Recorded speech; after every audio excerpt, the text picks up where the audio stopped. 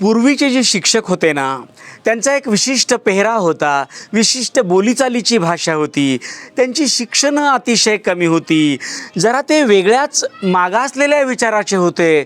असं जेव्हा नवीन पिढीतले विद्यार्थी बोलतात, तेव्हा मला या नवीन पिढीतल्या विद्यार्थ्यांचा खरंच सांगू राग नाही येत. मला राग येतो त्यांच्या आईवडिलांचा. त्याचं कारण असं आहे की आईवडिलांनी त्यांना सांगायला पाहिजे की आमचे जे शिक्षक होते ना, ते तू जे म्हणतोयस तशा पद्धतीचे आहेत असं तुला वाटत असेल, पण मी तुला प्रामाणिकपणे सांगतो, त्यांच्यामध्ये आईची तळमळ आणि वडिलांचा धाक दोन्ही गोष्टी एकत्र होत्या. आमचे खेडेगावातले शिक्षक आमचे अतिशय सामान्य वाटत असतील तुम्हाला, पण त्यांची उंची आकाशासारखी होती. आमचे लक्ष्मण गुरुजी रामायण, महाभारत आणि भागवतातल्या कथा सांगायचे आम्हाला. आमचे गरड गुरुजी आम्हाला सगळी कविता आणि धडे असं वेगवेगळ्या चालीत म्हणून दाखवायचे आणि गाऊन दाखवायचे. धडेसुद्धा अक्षरशः पद्य वाटावं असं वाटायचं. आमचे बेळकिरे गुरुजी सायन्स हा पाठ शिकवत असताना बेधुंद व्हायचे आणि छान शिकवायचे. आमचे UM सर, आमचे सूर्यवंशी सर, आमचे थोरात सर, आमचे चेंडकापुरे सर शिकवत असताना कोणतंही गणित विचारा, उजव्या बाजूला उत्तर लिहून ठेवायचे. हा.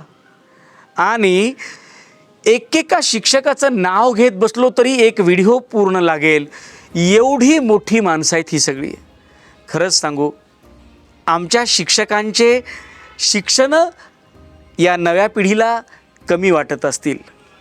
त्यांचं जगणं वागणं एका वेगळ्या पद्धतीचं वाटत असेल, तरी मी अंतःकरणपूर्वक सांगू इच्छितो की आमचे शिक्षक आमच्या सुधारण्यासाठी सर्वतोपरी प्रयत्न करायचे, रागवायचे, बोलायचे, प्रसंगी बदलायचे सुद्धा.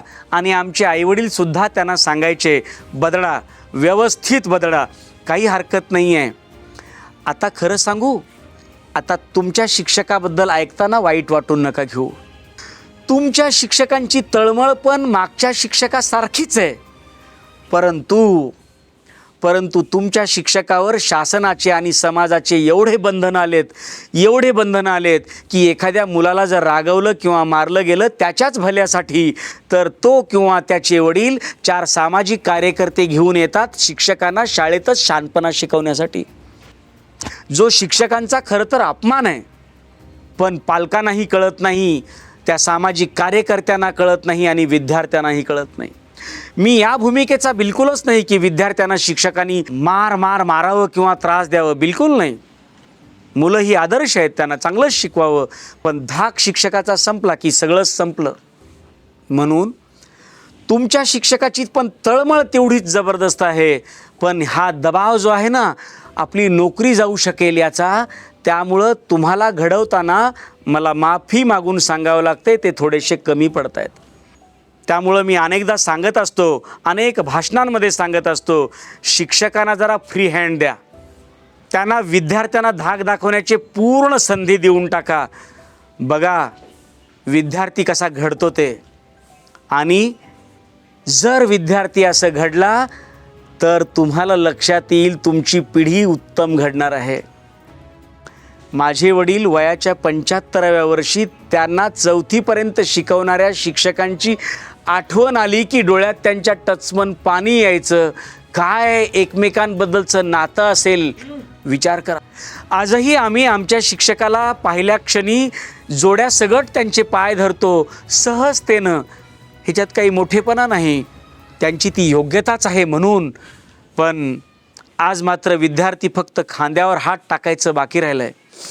मला पुन्हा एकदा सांगायचं आहे विद्यार्थी मित्रांनो, आमच्या शिक्षकांच्या प्रामाणिकपणा इतकीच सर्वश्रेष्ठ प्रामाणिकता तुमच्याही शिक्षकामध्ये आहे. जरा छोट्या छोट्या गोष्टी पालकांपर्यंत नेऊन त्या गरज नसताना वाढवू नका ना. आणि पालक हो, तुम्ही समजदार आहात, या शिस्तीतून तुम्ही बाहेर पडलेले आहात. जरा तुम्हीही छोट्या छोट्या गोष्टीत शिक्षकांनाही शहाणपणा शिकवण्यासाठी नका ना जाऊ. बघा मग विद्यार्थी कसे उत्तम घडतील ते, मला खात्री आहे. नमस्कार, मी Ashok Ramrao Deshpande, Midas touch international प्रीस्कूलच्या माध्यमातून मी तुमच्याशी संवाद साधतोय. साहजिकच लहानातल्या लहान मुलांना तर मारलं जात नाही, रागवलं जात नाही, पण धाक मात्र सगळ्यांनाच दाखवण्याची गरज आहे. धन्यवाद.